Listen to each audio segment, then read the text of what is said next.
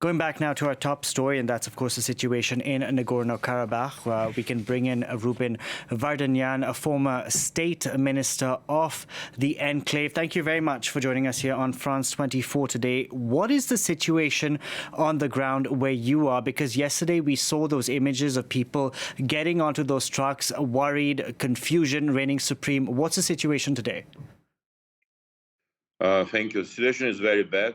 We had a full humanitarian catastrophe, no electricity last 4 days.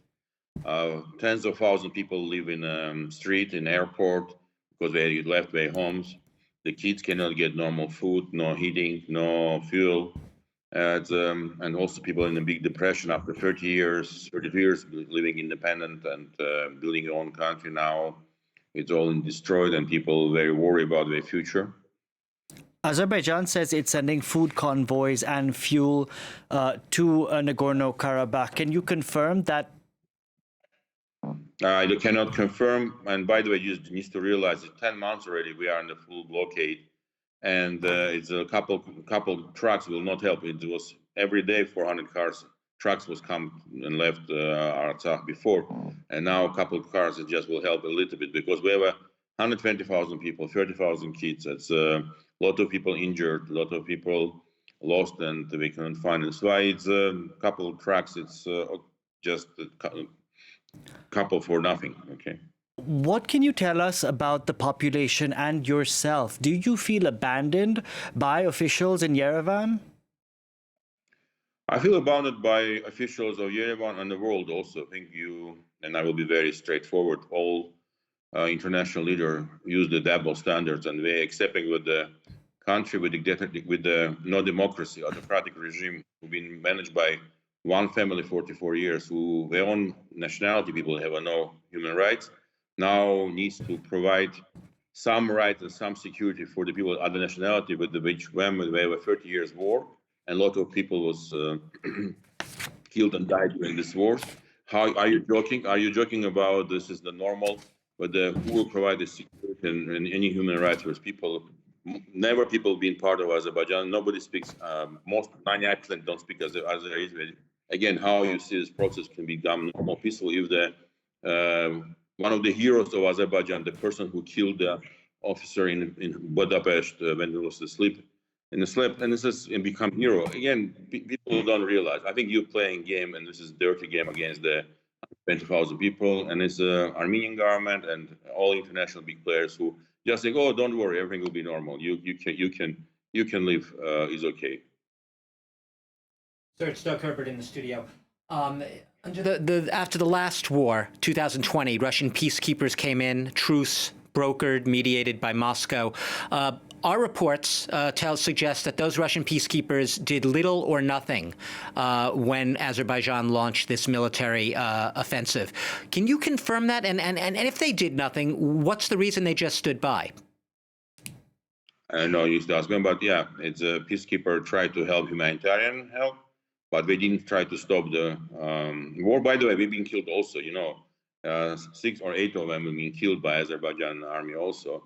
And it's strange because I understand 2,000 people who represent peacekeeper cannot stop the army of 60,000 soldiers who attacked Artsakh a couple of days ago. But what they've been doing, they tried to do the humanitarian, but didn't stop the war at all.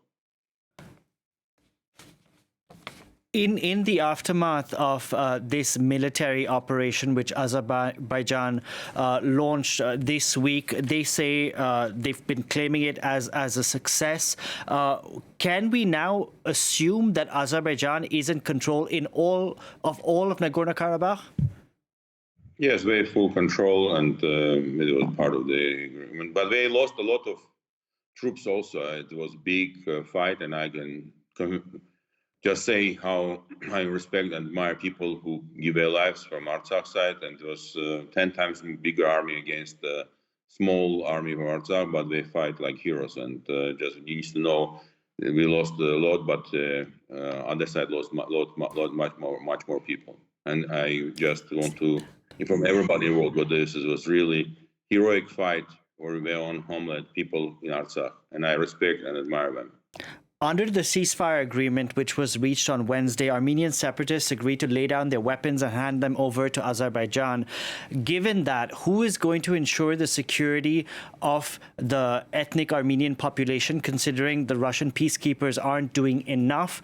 Will people have no choice but to flee to Armenia? It's a good, very important question. People really worry about their security because everybody see how Azerbaijan many times violate what they promise, violate all the human rights, all the decisions of international court, all the decisions of UN Security Council. That's why nobody has inside of Artsakh trust that anything would be promised will be delivered. It's why without significant guarantees from international Russian peacekeeper, or this will be secure environment, which is now under big question because everybody saw it, how it can be changed. People really, most of them want to leave and don't want to stay here. It's true, unfortunately. Ruben, what would you like to see from the international community? Because as you are aware, must be aware, the Armenian Prime Minister seems to have his hands tied, even though pressure is mounting on him to go. But sorry if I may be rude. Okay, the Prime Minister of Armenia did the wrong decision, wrong statement, wrong behavior. Not put under sanction the Azerbaijan leader. Why they not threatening, saying it's unacceptable what you're doing? Why they allow this military operation continue being happened? Like they allow the blockade? Why all the big players understand big real politics requests sometimes being very cynical, look so ignorant about the 30,000 kids, thousands of pregnant women, and now they basically say, oh, it's horrible how we can live now. It's something which people will never forget. Ruben Vardanyan, I'm going to have to leave it there. Thank you very much for joining us on the program today. Thank you.